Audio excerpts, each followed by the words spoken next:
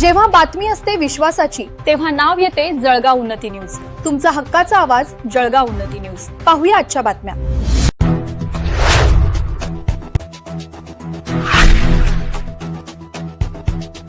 चारबन येथे एका महिलेने 4 बाळांना दिला जन्म. माता व 4ही नवजात बाळ सुरक्षित.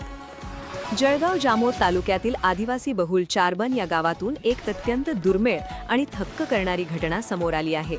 गावातील रहिवासी पंचीराम सस्त्या यांची 27 वर्षीय पत्नी रियानी यांनी कोणत्याही वैद्यकीय सुविधेविना अत्यंत कठीण परिस्थितीत घरीच प्रसूतीदरम्यान 3 मुले आणि एका मुलीला जन्म दिला.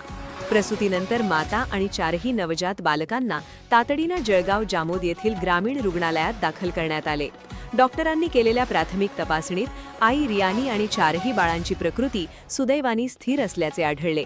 बालकांचे वजन 900 ग्रॅम ते 1 किलो दरम्यान असल्याने पुढील विशेष वैद्यकीय उपचारासाठी त्यांना तातडीने खामगाव येथील सामान्य रुग्णालयात हलवण्यात आले आहे.